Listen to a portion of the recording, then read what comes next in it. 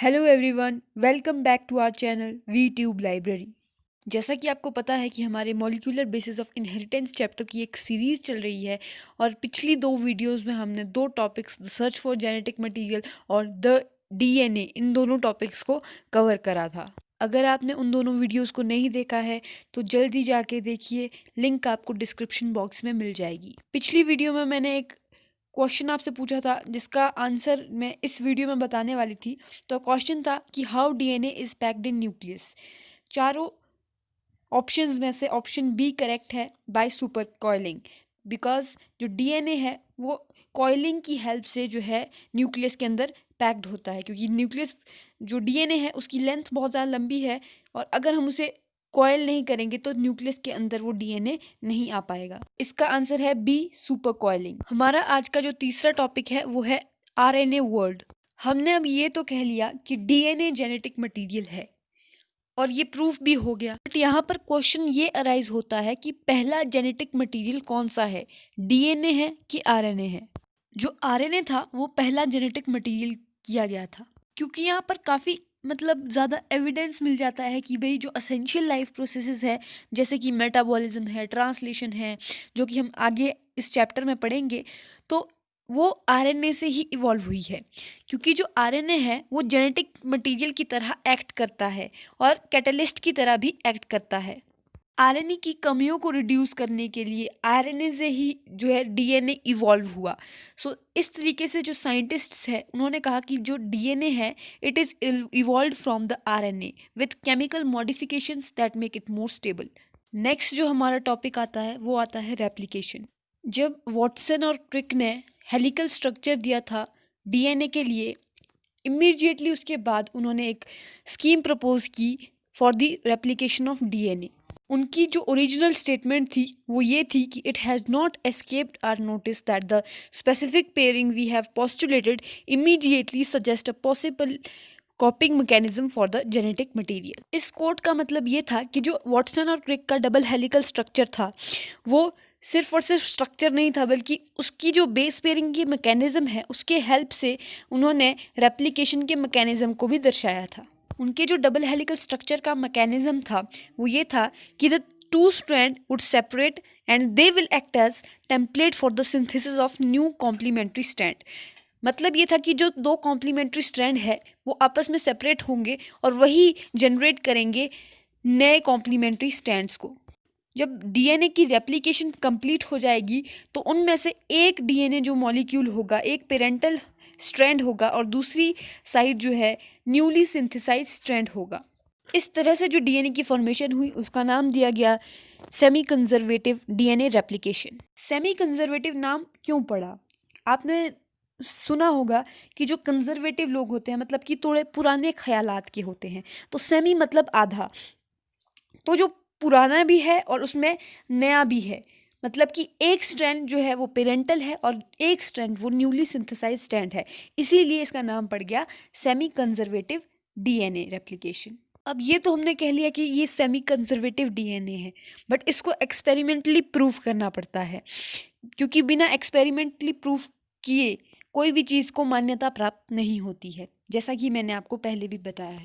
Scheme को सबसे पहले जो है ई कोलाई बैक्टीरिया में दिखाया गया था, उसके बाद हायर ऑर्गेनिज्म जैसे प्लांट्स और human cells. Matthew Meselson and Franklin Stahl perform the experiment. तो मैथ्यू मिसेल्सन और फ्रैंकलिन स्टेहल ने पहला एक्सपेरिमेंट परफॉर्म किया 1958 में। इन दोनों साइंटिस्ट्स ने ई कोलाई बैक्टीरिया को अमोनियम क्लोराइड मीडियम में एक अकेले नाइट्रोजन सोर्स की तौर पर कुछ जनरेशन्स तक रखा। इसमें जो नाइट्रोजन का आइसोटोप लिया गया वो लिया गया N15, जो कि काफ़ी हैवी आइसोटोप है नाइट्रोजन का। और इसको काफ़ी जनरेशन्स तक रखने के बाद रिजल्टेंट ये आया कि जो N15 आइसोटोप है वो न्यूली सिंथेसाइज्ड डीएनए में इनकॉर्पोरेट हो गया, एम्बेड हो गया। जो न्यूली सिंथेसाइज्ड डीएनए मॉलिक्यूल था वो हैवी था। अब हैवी और नॉर्मल डीएनए को आपस में डिस्टिंग्विश किया जाता है with the help of centrifugation in a caesium chloride density gradient. N15 जो है वो रेडियो एक्टिव आइसोटोप नहीं है, उसको N14 से सेपरेट किया जा सकता है बेस्ड ऑन देयर डेंसिटीज़। तो इसीलिए cesium chloride density gradient use किया जाता है हैवी डीएनए और नॉर्मल डीएनए को डिस्टिंग्विश करने के लिए। उसके बाद उन्होंने इन सेल्स को जो है नॉर्मल अमोनियम क्लोराइड में जो है इस मीडियम में रखा। जो इसमें आइसोटोप यूज़ किया गया था वो था N14 आइसोटोप, और डेफिनेट टाइम इंटरवल्स के बाद ये मल्टीप्लाई हुए और इनमें से जो है डीएनए को एक्सट्रैक्ट कर दिया गया, जो कि डबल हेलिकल स्ट्रैंडेड जो है डबल हेलिकल स्ट्रक्चर की फॉर्म में प्रेजेंट था। इन सभी जो सैंपल्स थे उनको अलग अलग इंडिपेंडेंटली सेपरेट किया गया था, और साथ ही साथ उनकी डेंसिटी को मेजर करने के लिए सीजियम क्लोराइड का यूज़ किया गया था। ई कोलाई बैक्टीरिया की बात की जाए तो ई कोलाई बैक्टीरिया की जनरेशन बहुत लंबी नहीं होती है। वो 20 मिनट में जो है खुद को डिवाइड कर लेते हैं, मतलब वो जल्दी जल्दी अपनी जनरेशन को ग्रो करते हैं। सो डीएनए को कब एक्सट्रैक्ट किया गया? डीएनए को तब एक्सट्रैक्ट किया गया जब जो हैवी नाइट्रोजन आइसोटोप था, मतलब कि N15 से जब सेल्स को N14 मीडियम में डाला गया, जो कि उसकी जनरेशन एक जनरेशन बाद जो कि 20 मिनट्स के बाद होती है, तब जो है एक डीएनए को एक्सट्रैक्ट किया गया। और उसके बाद जो हमने एक्सट्रैक्ट किया वो था एक हाइब्रिड, और उसकी इंटरमीडिएट डेंसिटी थी। अब हाइब्रिड क्या होता है? हाइब्रिड का मतलब यहाँ पर ये है कि जो डीएनए में के 2 स्ट्रैंड है उनमें से जो एक स्ट्रैंड है वो N15 आइसोटोप वाले मीडियम से आया है, और जो दूसरा स्ट्रैंड है वो N14 मीडियम जो कि नॉर्मल जो सेल है वो वाला स्ट्रैंड जो है वहाँ से आया है। N15 जो है वो एक हैवी आइसोटोप है, वहीं जो नॉर्मल N14 है वो एक लाइट आइसोटोप है। तो जो इनके कॉम्बिनेशन से बना तो वो ना लाइट था वो ना हैवी था, तो वो क्या था? वो था एक हाइब्रिड, जिसकी डेंसिटी ना हैवी थी, जिसकी डेंसिटी ना लाइट थी, उसकी इंटरमीडिएट डेंसिटी थी। ई कोलाई बैक्टीरिया को उसके बाद जब उसी आइसोटोप N14 आइसोटोप में डिवाइड करवाया गया दोबारा से, तो 20 मिनट्स के बाद उनकी सेकेंड जनरेशन बन गई। तो उसका रिजल्टेंट क्या आया? उसका रिजल्टेंट एक ये आया कि जो जनरेशन थी उसमें जो है इक्वल अमाउंट में हाइब्रिड थे और इक्वल अमाउंट में लाइट डीएनए प्रेजेंट थे। लाइट डीएनए का मतलब कि जो स्ट्रैंड जो N14 जो आइसोटोप है उसको कंटेन करते हैं। हाइब्रिड क्या है? जो दोनों हैवी और लाइट दोनों को कंटेन करते हैं, वो हाइब्रिड हो गए। तो 40 मिनट्स के बाद जो उसका रिजल्टेंट आया वो ये आया कि उनमें से आधे जो थे वो लाइट थे और जो आधे थे वो हाइब्रिड थे। इस पिक्चर में भी आप आसानी से देख सकते हैं कि जो हैवी डीएनए है जब उसको जो है डिवाइड करवाया गया तो 20 मिनट्स के बाद उसमें जो है हाइब्रिड की फॉर्मेशन हुई। यहाँ देख सकते हैं एक लाल है एक ग्रीन है, तो जो लाल वाला है वो हैवी है और जो ग्रीन वाला है वो लाइट है। तो एक स्ट्रैंड हैवी है एक स्ट्रैंड ग्रीन है, तो ये है इंटरमीडिएट और हाइब्रिड, और इसकी इंटरमीडिएट डेंसिटी। वहीं इस पिक्चर में आप देख सकते हैं कि 40 मिनट्स बाद जब उसकी दूसरी जनरेशन बनी तो उसके में क्या हुआ कि जो दो है आप देख सकते हैं दो में सिर्फ और सिर्फ ग्रीन कलर के स्ट्रैंड्स प्रेजेंट है, तो इसका मतलब है कि ये दोनों N14 डीएनए है। वहीं जो दो है वो जो है N15 और N14 दोनों को कंसिडर कर रहे हैं, मतलब कि हाइब्रिड है। इसमें हम इस पिक्चर में हम देख सकते हैं कि जितने अमाउंट में लाइट डीएनए प्रेजेंट है उतने ही अमाउंट में जो है हाइब्रिड डीएनए प्रेजेंट है। सो इससे क्लियरली पता चलता है कि जो है डीएनए है वो सेमी कंजर्वेटिव नेचर का है। डीएनए को सेमी कंजर्वेटिव प्रूव करने के लिए टेलर और कलीग्स ने भी 1958 में जो है एक एक्सपेरिमेंट किया था। उन्होंने विसिया फाबा की रूट्स को लेकर जो है ये एक्सपेरिमेंट किया था और उन्होंने रेडियो एक्टिव थाइमिडीन को जो है विसिया फाबा की रूट्स के साथ ट्रीट किया था, और इस से भी ये प्रूव हो गया था कि जो डीएनए है वो सेमी कंजर्वेटिवली जो है रेप्लिकेट करता है। यहाँ पर हम इसे डिटेल्ड में नहीं पढ़ेंगे, बट आपको इतना पता होना चाहिए कि इन्होंने भी जो है सेमी कंजर्वेटिव नेचर जो डीएनए का है उसको प्रूव किया था। अब बात करते हैं हम the machinery and the enzymes की। जो रेप्लिकेशन है उसमें कौन कौन से एंजाइम्स यूज़फुल होते हैं और क्या क्या मशीनरी उसमें रिक्वायर्ड होती है। अगर हम ई कोलाई बैक्टीरिया की बात करें तो जो रेप्लिकेशन की प्रोसेस है उसमें बहुत सारे एंजाइम्स की रिक्वायरमेंट होती है। सबसे मेन एंजाइम्स जो है वो होता है DNA dependent DNA polymerase enzyme. इसे हम नॉर्मली डीएनए पॉलीमरेज कहते हैं because it use DNA template to catalyze the polymerization of deoxyribonucleotides. इसका मतलब ये है कि ये जो डीऑक्सीराइबोन्यूक्लियोटाइड्स की पॉलीमराइजेशन होती है उसको कैटेलाइज करता है। कैटेलाइज मतलब कि फास्ट उसके रेट को इंक्रीज करता है। तो ये जो एंजाइम्स है ये काफ़ी ज़्यादा एफिशिएंट एंजाइम है जो कि लार्ज नंबर ऑफ न्यूक्लियोटाइड्स को वेरी शॉर्ट टाइम, बहुत कम टाइम में जो है पॉलीमराइज कर लेता है। स्पीड की अगर हम बात करें तो ई कोलाई बैक्टीरिया जो है उसके पास 4.6 इंटू 10⁻6 बेस पेयर्स प्रेजेंट होते हैं और इसकी जो रेप्लिकेशन की प्रोसेस है उसको सिर्फ 18 घंटे में जो ये एंजाइम है वो कंप्लीट करता है।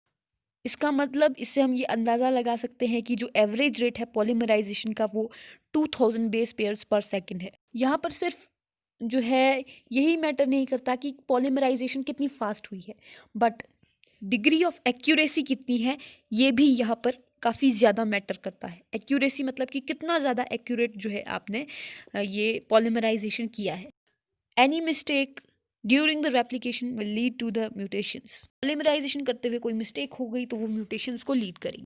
बेसिकली जो डीऑक्सीराइबोन्यूक्लियोटाइड्स है वो न्यूक्लियोप्लाज्म में जो है इंडिपेंडेंटली एग्जिस्ट करते हैं। इनमें से कुछ डीऑक्सीराइबोन्यूक्लियोटाइड्स के नाम है DAMP, इसका मतलब है deoxy adenosine monophosphate. Similarly DGMP, deoxy guanosine monophosphate. Similarly DCMP, deoxy cytidine monophosphate and DTMP, deoxythymidine monophosphate. तो जो एंजाइम फॉस्फोराइलेज है वो इन मोनोफॉस्फेट्स को जो है ट्राइफॉस्फेट्स में चेंज कर देता है। फॉस्फोराइलेज इसे अपनी एक्टिव फॉर्म्स में चेंज करता है। तो यहाँ पर डीऑक्सी एडिनोसिन मोनोफॉस्फेट चेंज हो जाता है डीऑक्सी एडिनोसिन ट्राइफॉस्फेट्स में। सिमिलरली सारे जो है मोनोफॉस्फेट्स से ट्राइफॉस्फेट्स में चेंज हो जाते हैं। अब हम बात करते हैं कि पॉलीमराइजेशन की स्टार्टिंग होती कहाँ से है। पॉलीमराइजेशन की स्टार्टिंग होती है ओरिजिन ऑफ रेप्लिकेशन से। इसे हम ओरी भी कहते हैं। ये जो ओरी होता है एक पर्टिकुलर एक स्पॉट्स लाइक स्ट्रक्चर होता है जहाँ से जो है ये रेप्लिकेशन स्टार्ट होती है। प्रोकैरियोट्स में ये सिर्फ एक प्रेजेंट होता है और यूकैरियोट्स में बहुत सारे ओरी प्रेजेंट होते हैं। अब जो ये डीऑक्सीराइबोन्यूक्लियोसाइड ट्राइफॉस्फेट्स बने हैं इनके डुअल पर्पस होते हैं। एक तो ये सबस्ट्रेट की तरह एक्ट करते हैं। जब ये सबस्ट्रेट की तरह एक्ट करते हैं तो ये पॉलीमराइजेशन में एनर्जी प्रोवाइड करते हैं क्योंकि जो ट्राइफॉस्फेट्स होते हैं वो हाई एनर्जी फॉस्फेट्स होते हैं। सेकेंड जो काम है वो ये करते हैं कि जो डीएनए डिपेंडेंट डीएनए पॉलीमरेज है उसमें एडिशनल एंजाइम्स रिक्वायर्ड होते हैं ताकि जो रेप्लिकेशन की प्रोसेस है वो एक्यूरेसी के साथ जो है परफॉर्म हो सके। तो एडिशनल एंजाइम का जो है रोल भी ये डीऑक्सीराइबोन्यूक्लियोसाइड ट्राइफॉस्फेट्स परफॉर्म करते हैं।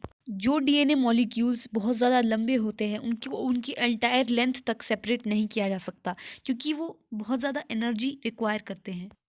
ओरिजिन ऑफ रेप्लिकेशन पर एक एंजाइम एक्ट करता है जिस एंजाइम का नाम है हेलिकेज एंजाइम। इस एंजाइम को अनवाइंडेज एंजाइम भी कहते हैं। इस अनवाइंडेज एंजाइम की हेल्प से जो है स्मॉल ओपनिंग होती है ओरी, उससे एक रेप्लिकेशन फोक बनता है। ये रेप्लिकेशन फोक जो है वाई शेप्ड स्ट्रक्चर होता है जिसकी हेल्प से जो है डीएनए की अनवाइंडिंग होती है। इस अनवाइंडिंग की वजह से जो रेप्लिकेशन फोक का अपोजिट एंड है उसकी तरफ एक टेंशन अराइज होती है।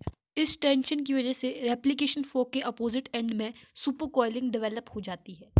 ये जो टेंशन है ये रिलीज होती है with the help of enzyme topoisomerase. ये पॉइंट काफ़ी इंपॉर्टेंट है नीट पर्सपेक्टिव से। टोपोआइसोमेरेज सिर्फ यूकैरियोट्स में होता है। प्रोकैरियोट्स में टोपोआइसोमेरेज की एक्टिविटी को जो है डीएनए गायरेज परफॉर्म करता है। अब यहाँ पर इस इमेज में आप एक वाई शेप्ड स्ट्रक्चर देख रहे होंगे। डीएनए का जो एक स्ट्रैंड है उसके 3 प्राइम एंड से एक आरएनए स्ट्रैंड की फॉर्मेशन होगी with the help of RNA polymerase और आरएनए प्राइमेज एंजाइम, और जो स्ट्रैंड बना है उसे हम कहेंगे आरएनए प्राइमर। पॉलीमराइजेशन सिर्फ एक डायरेक्शन में जो है कैटलाइज होती है, that is 5 prime to 3 prime. इस पोलैरिटी की वजह से जो है रेप्लिकेशन फॉक पर कुछ एडिशनल कॉम्प्लिकेशंस आ जाती है। अब जो आपको बाहर वाली लाइन दिख रही है ये होते हैं टेम्पलेट स्ट्रैंड जो कि पेरेंटल स्ट्रैंड है। अब जिस पेरेंटल स्ट्रैंड की polarity 3 prime to 5 prime end है, उस केस में आरएनए जो है वो कंटिन्यूअस है। वही जिस टेम्पलेट स्ट्रैंड की पोलैरिटी जो है 5 प्राइम टू 3 प्राइम एंड है, उसका जो आगे जो न्यूली सिंथेसाइज स्ट्रैंड है, उस पोलैरिटी जो है वो डिसकंटिन्यूअस है, ओकाजाकी फ्रेगमेंट्स की फॉर्म्स में है। तो जो कॉन्टिन्यूअस है उसे हम कहेंगे कि ये है लीडिंग स्ट्रैंड, एंड जो ओकाजाकी फ्रेगमेंट्स की फॉर्म में प्रेजेंट है उसे हम लैगिंग स्ट्रैंड कहेंगे। RNA primer 4 to 10 nucleotides long होता है, और जो नए स्ट्रैंड की फॉर्मेशन होगी उसका जो 5 प्राइम एंड है वो भी आरएनए प्राइमेज होता है। जो डिसकंटिन्यूअसली जो सिंथेसाइज फ्रेगमेंट्स है, जो ओकाजाकी फ्रेगमेंट्स की फॉर्म में लैगिंग स्ट्रैंड है, वो एंजाइम डीएनए लाइगेज की हेल्प से बाद में ज्वाइन होता है। यूकैरियोट्स के केस में जो रेप्लिकेशन होती है वो सेल साइकिल के एस फेज से स्टार्ट होती है। Failure in cell division after DNA replication result into polyploidy. Lagging strand जो ओकाजाकी फ्रेगमेंट्स के फॉर्म में था, वो ये प्रूव करता है कि जो डीएनए की रेप्लिकेशन है, it is semi conservative as well as semi discontinuous. अब बात करते हैं क्वेश्चंस की। तो हमारा सबसे पहला क्वेश्चन ये है कि DNA dependent DNA polymerase enzyme catalyze in which direction. आपके ऑप्शंस है, first is in 3 prime to 5 prime direction, B in both direction, C in 5 prime to 3 prime direction, and D in neither of direction. As we know कि जो DNA polymerase enzyme है वो हमेशा 5 prime to 3 prime direction में ही catalyse होता है। सो इसका answer है C 5 prime to 3 prime direction. So question number 2 is कि in DNA replication the Okazaki fragments in lagging strand are joined together by which enzyme?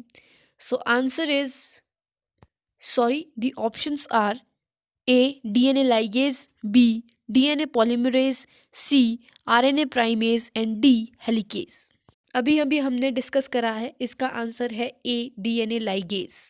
Third question is in prokaryotes topoisomerase activity is done by.